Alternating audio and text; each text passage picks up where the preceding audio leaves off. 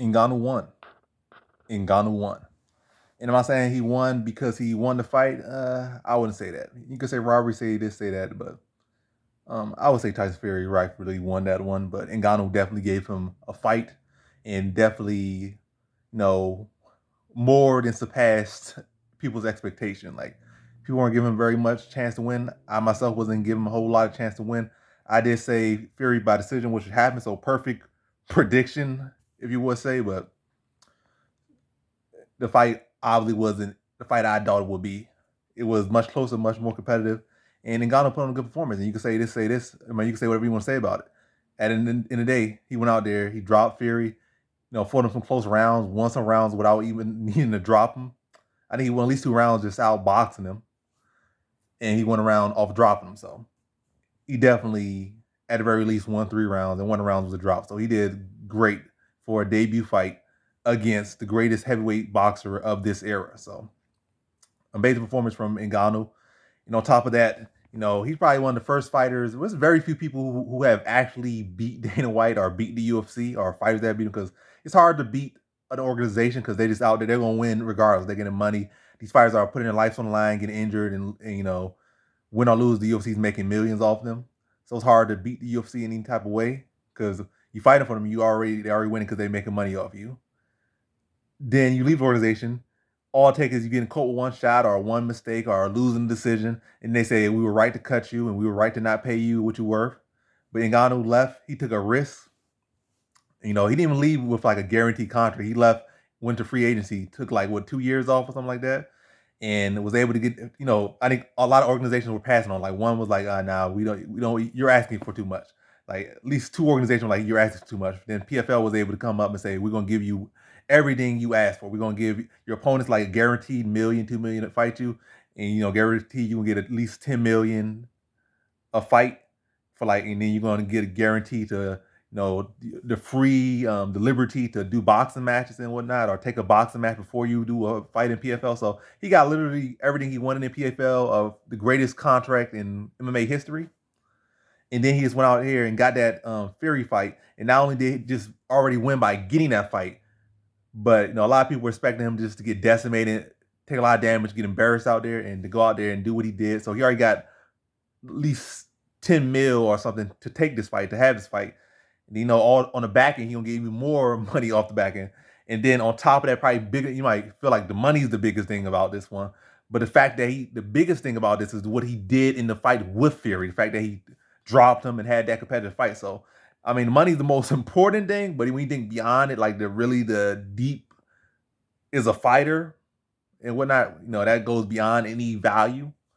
That's big. And that's also going to ultimately turn into money as well. Because after that fight, I think those Joshua's and Fury, Joshua and Wilder fights definitely open up more. It's going to raise some brows. Not raise some brows. It's going to will definitely raise brows, but it's going to make those guys more interested. Joshua was saying it's a circus fight. Now Joshua was saying that Fury got dropped by Ngannou and had a competitive fight with Ngannou. Joshua ain't gonna see it as much of a gimmick. He might be hesitant. He might be scared, but he can't say gimmick. Joshua been scared to fight the Wilders and Furies for a decade. It feels now. And Ngannou debuted and I went out there and showed more balls than he ever showed, and more than he ever accomplished. Well, I'm just talking a little bit trash, but he went out and did that. So the gimmick should never come out of his mouth when it comes to Ngannou. So I think that fight opens up. I don't think he'll take it, but it's definitely much more um, to it now, and more money to it, and a lot of money in a rematch against Fury. And I definitely think Fury after this match, not going to even, he never would have entertained an MMA matchup or a kickboxing matchup, but especially after this fight now, he's not going to entertain that. Get dropped like he got dropped in the third round, and Ngannou gonna be on top of him, dropping a hammer fist, and he gonna be out cold. Like, so he ain't playing that. That's gonna be too much damage, too much unnecessary risk to his legacy, even though it's in a different sport, and too much risk to his health. So he gonna stick to boxing, and be a lot of money in the rematch. But yeah, Ngannou definitely opened up a lot of eyes. So good win for, I mean, not good win. Well, he won in life. So he left the UFC, made more money than the UFC would ever pay him. UFC like, we're gonna give you what they were saying, 10 million one time to fight John Jones, the greatest MMA fighter of all time.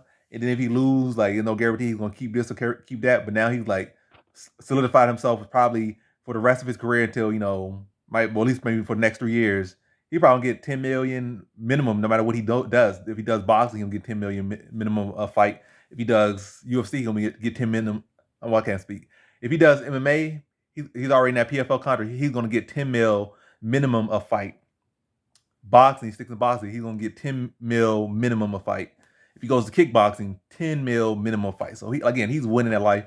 He just flat out just destroyed the UFC, or at least as far as it goes regarding him. Like, then why would expect him to just leave the UFC? Hopefully someone knock him out, or he goes in boxing and get embarrassed. And then why can say I told you so. Now then why gotta be very silent, or he gonna have to give him his props one way or the other, or he gonna try to do some backhanded way and be like, oh well, that just shows how good the UFC is. Our heavyweight, yes, we were on bad terms, but he's one of our guys, and he did that. So that shows you how good the UFC is. So Dana White's always gonna try to take credit. That's again, when you're dealing with an organization, they could try to take credit for anything. Like, oh, you fought for us, so that's a win for us. Oh, you used to fight for us, now you left, and that shows that we were right to cut you. So they're gonna try to take wins whatever way they can. Is slimy organizations do. But cool. The UFC's cool and all, but I got to call it what it is. But great win. I keep saying great win, but again, he won in life. So he won life. And honestly, he really could have potentially won that fight legitimately. It would have been actual. It would have not been a robbery if he won the fight. But we know that there's big money going in the Usyk fight. So I think Fury legitimately won, but it would not have been a robbery if Ngannou won, got his hand raised. And also think Ngannou could have did more in like that fifth round. I think he kind of stepped off the gas in the fifth round. He could have tried to make it a little bit ugly and won that round, because the fight was really won off one round. So I think Ngannou lost the 10th round and he really didn't do much in it. And Fury just did just enough. So if he would have did just a little bit, kind of flurried a little bit in that final round, he might have won the fight. But I think even if he did that, the judges would have went back, put some white out, and changed around and give it to Fury that they didn't originally. So, or gave him Fury 2 more rounds because something like that. So regardless, they would have probably had Fury either getting by on like a draw or winning. But yeah. And I don't think it was no fluke to it. I think Ngannou just has different attributes that makes it interesting. Like, he got a lot of power. He has very underrated, like, natural counter skills reflectively, and I always noticed that. So he has those in him. And he's big too. So he might not be like 6'10" like Fury is, but he's 275, big, strong guy. So Fury, a lot of times he does lean and use his size on guys, and that was he really couldn't do that against Ngannou, because Ngannou was like very muscular. He's big. He has similar weight to Fury and actual muscle on him. So Fury can really physically bully him like he does a lot of his opponents. And I think Fury just fought smart when he got caught. Like, he played it safe and he was able to win. He did what he needed to do. As a veteran does, as a champion does, as a great fighter does, and he did what he needed to do to win. I don't think it was like, okay, so fluking and acting. He got legitimately got dropped. And even look at the Ngannou fight versus Stipe Miocic, the second fight, and even the first fight to some extent, but the second fight, where Ngannou won, the punch, the counter that dropped and ultimately led to the finish of Miocic, it wasn't that heavy of a shot, or it didn't look that heavy. Like, he kind of just like stuck him with like the check hook. I think Miocic landed counter, and then Ngannou kind of ate the punch and hit him with like a hook, and Miocic was like out on his feet, like curled up on his legs. Then Ngannou dropped a hammer fist that just put him completely out. So it don't really take a whole lot from Ngannou. Ngannou got legitimate power. Like, his power is legitimate. So yeah, now Fury felt some of that, and he didn't want to play with it too much. Try to play safe, try to lean on him a lot.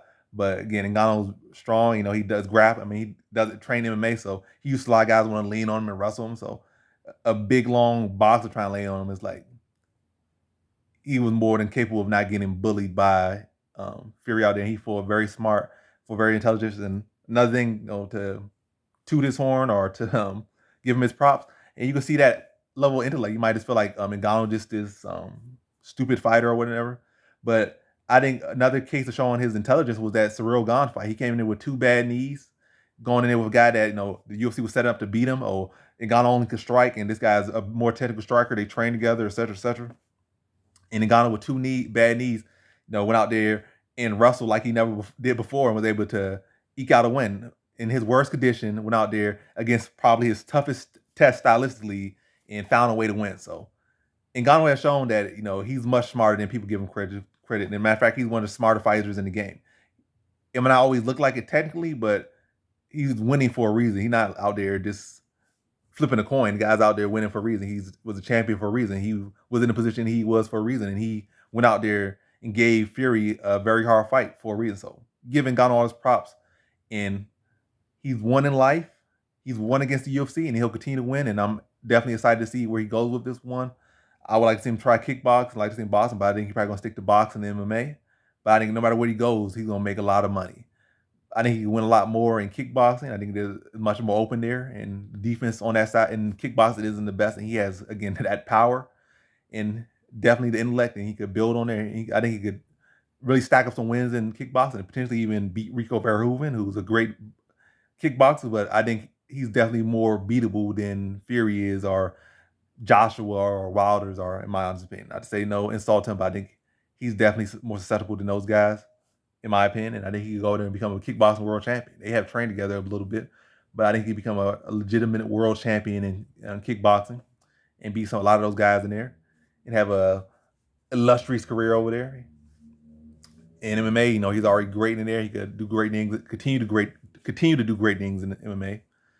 In boxing, probably get a couple paydays and maybe one or two upsets, and maybe do the boxing route and just pad his record a little bit, get like 10 wins over some guys that, some fall guys, and then a couple big tests. But yeah, great performance from Ngannou. Definitely shocked a lot of people, including myself. And at this point, I'm just rapping, and I've been rapping for like 5 minutes, but I'm impressed, to say the least, and I'm happy for the guy. I'm happy for Ngannou, for all he does, and wish him financial success and long-term financial success. Not just get the big payday and just blow the money, but like invest it wisely, stack it up, and continue to bless the other Cameroonians and other Africans and other fighters in general coming up, and people, his loved ones and all that stuff. Just hope the best for the guy and make the most of it. Get that rematch with Fury, and yeah, great guy, and hoping great things from him and for him. And that's the video. Peace.